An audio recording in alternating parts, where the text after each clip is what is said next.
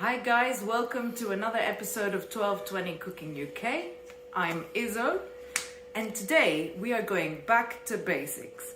I've been requested a few times on social media to make a simple tomato sauce, and people think it's very easy, and it is, but surprisingly it needs a lot of time to cook. A few hours, because otherwise the tomato isn't cooked enough and it just doesn't break down. So let's look at the ingredients. We have obviously some very good extra virgin olive oil. We have basil for the end. We have oregano from the Nebrodi Mountains in Sicily. This was a gift from one of my dad's best friends. Some garlic, salt, half a chopped onion, and some passata rustica and some other cherry tomato passata. Then also we have my favorite tomato paste and umami. I can't do anything without him. The secret to not having tomato sauce that's too sour is sugar. So before we do anything, I want to show you a little trick. You've got lots of fresh herbs at home, and once you've finished taking the herbs, the basil you need for your dish. So I'm going to take a few leaves. I have a load of basil left over that I want to care for. So what I do is I put it in a paper towel, I fold it, put it a bit further up. I fold it, and then make sure to fold over the tips. And then I just wet it slightly.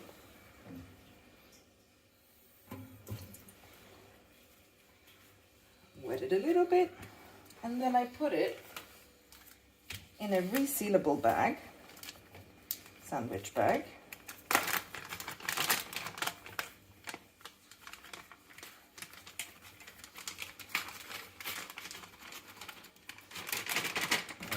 And put it as flat as possible and take out as much air as you possibly can.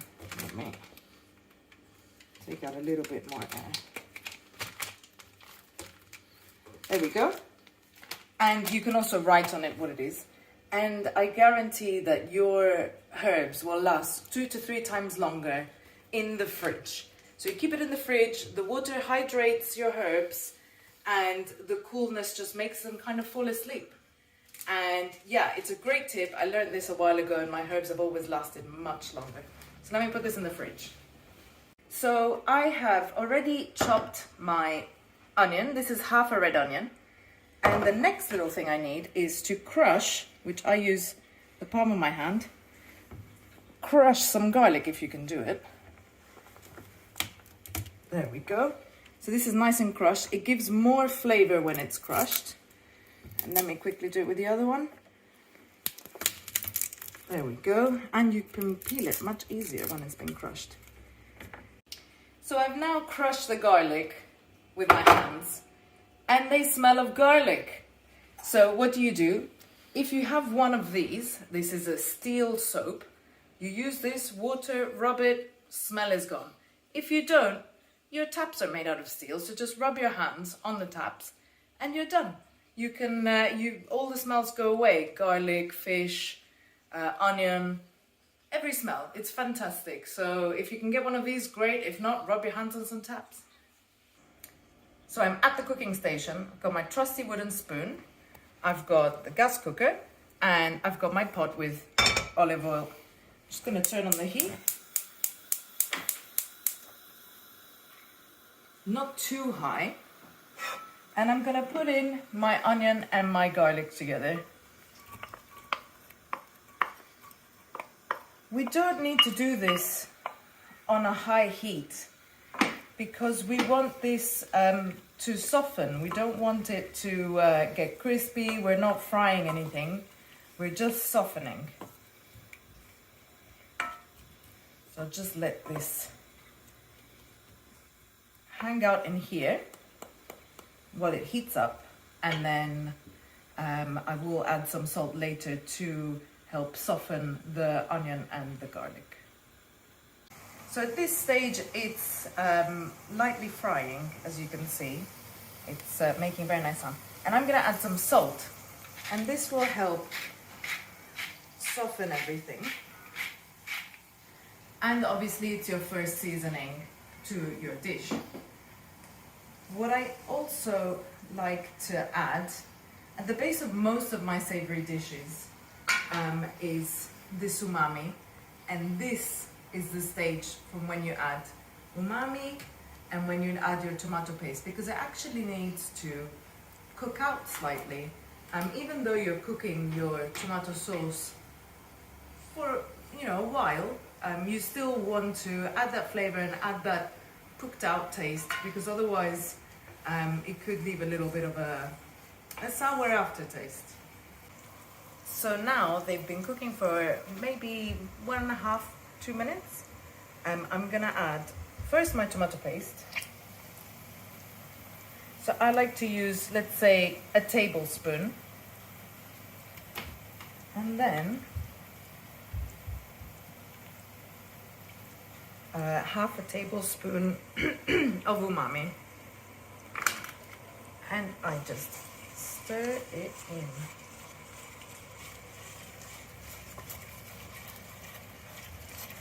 And this is where the base of a lot of your flavors come from. I'm just going to turn up the heat a little bit.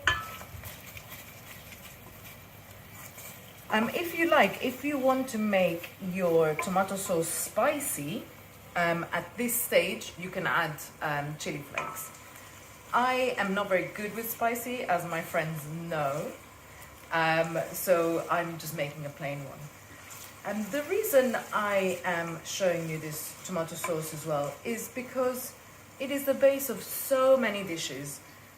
Obviously it's a very simple tomato sauce for your pasta, but if you want to make a veggie lasagna, if you want to make a parmigiana, which is with aubergines, if you want to make ragu, like a quick ragu, which is tomato sauce with meat, if you want to top it on some sausages, the possibilities are endless. If you want to eat it like a soup, you can do many things with it. So that's why I wanted to show you how to make a really good classic tomato sauce, sugo al pomodoro or salsa pomodoro.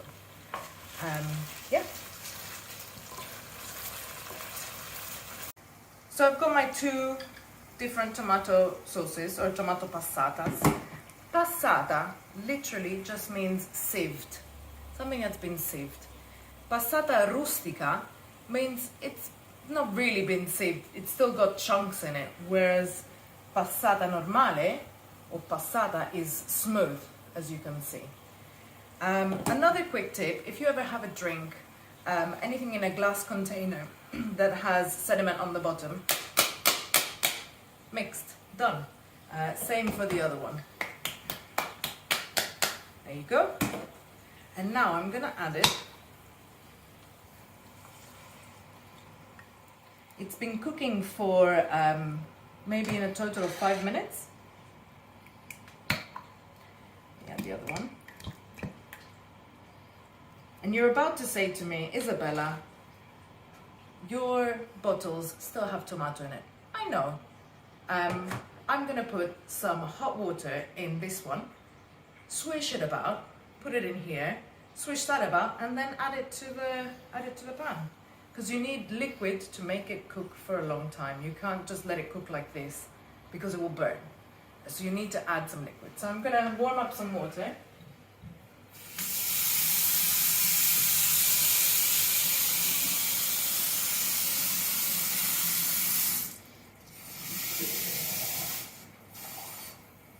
As you can see, that was very hot. I put the lid back on and just swish it about. I'm not gonna go too mad because it is still hot water, so it can still blow up. And then I put it in the other one. So the amount of water is about 400 mils.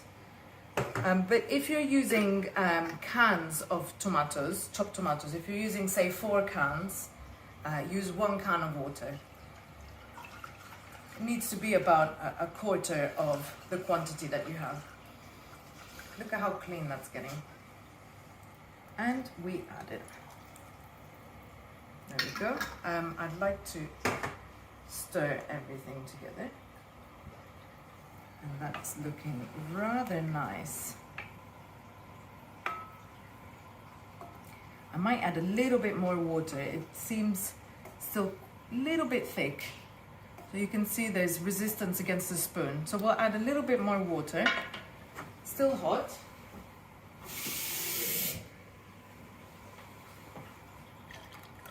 There we go. It's looking better. Aha, much better. So now, you've done the hard part.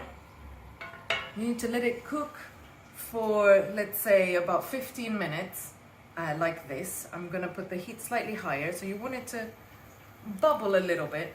And then we're gonna add some oregano, we're gonna add that sugar, we're gonna taste it, see if it needs salt. But yeah, for now, you can sit back, relax, play a match of Overwatch, whatever you do with your spare time during lockdown. But I'll see you in a bit. We are simmering away beautifully, and I'll wait about 20 minutes before putting in anything else. Okay, so it's been about 15-20 minutes and the sauce is bubbling away. It's looking good. And at this stage, I'm gonna add some oregano. It's pronounced oregano and not oregano. There's no accent on the A, oregano. And oregano is very undervalued and I absolutely love it. It's great for fish, it's great for meat, it's great for vegetables, it's great for tomatoes, everything. So I've put 2 good pinches because I know that this is fresh. Well, it's dried, but it's fresh. It's never been in a supermarket, it's never seen one. It was not caught in the wild, it was plucked in the wild. The next thing we need to do is add a bit more salt.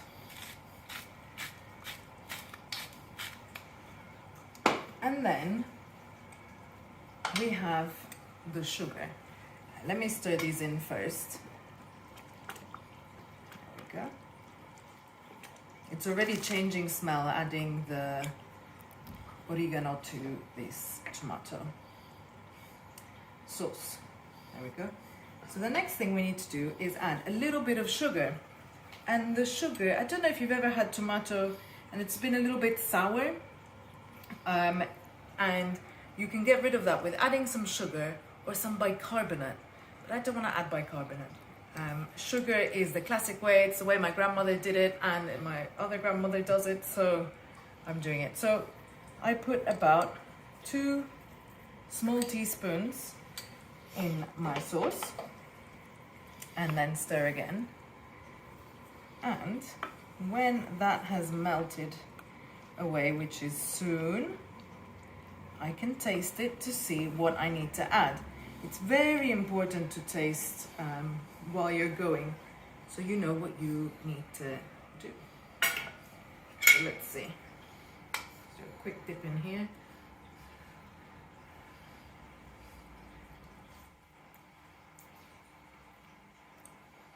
It's very good. I need to add a bit more salt.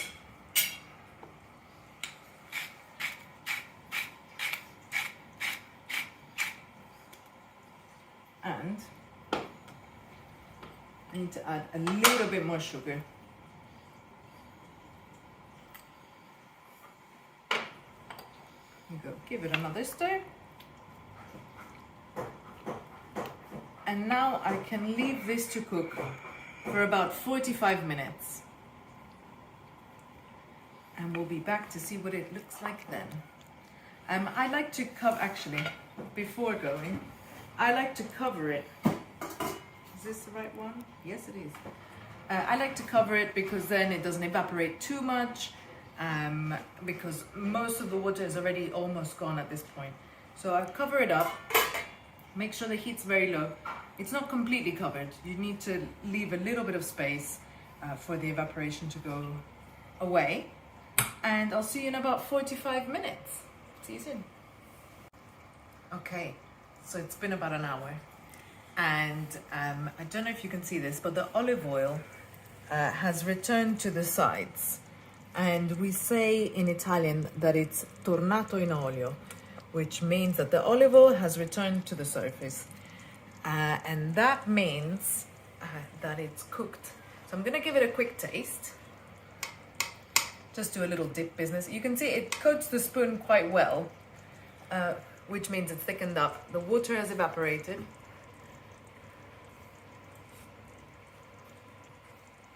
That's nice. At this point, the last thing we need to do, we can turn off the heat. Heat's turned off, and we have our basil. Something very important with basil is that you never cut it. If you want flavor, you need to rip it. So we rip our basil, and you always put it in at the end, otherwise it becomes bitter. So even when you're cooking pizza, anything you're making with basil, put it at the end. So we'll put it in. I've got a few more leaves, ripping it up. And the smell is amazing. I love the smell of basil, one of my favorite smells. I'm using about 5 basil leaves. There we go. And give it a little stir, not too much. And I'm gonna let this now cool down completely. And remember my little glass jars from before? We're not throwing them away. What we're gonna do is put our tomato sauce, our sugo, we're gonna put it in here. And if we want, we can put it in the freezer, use it for a different time.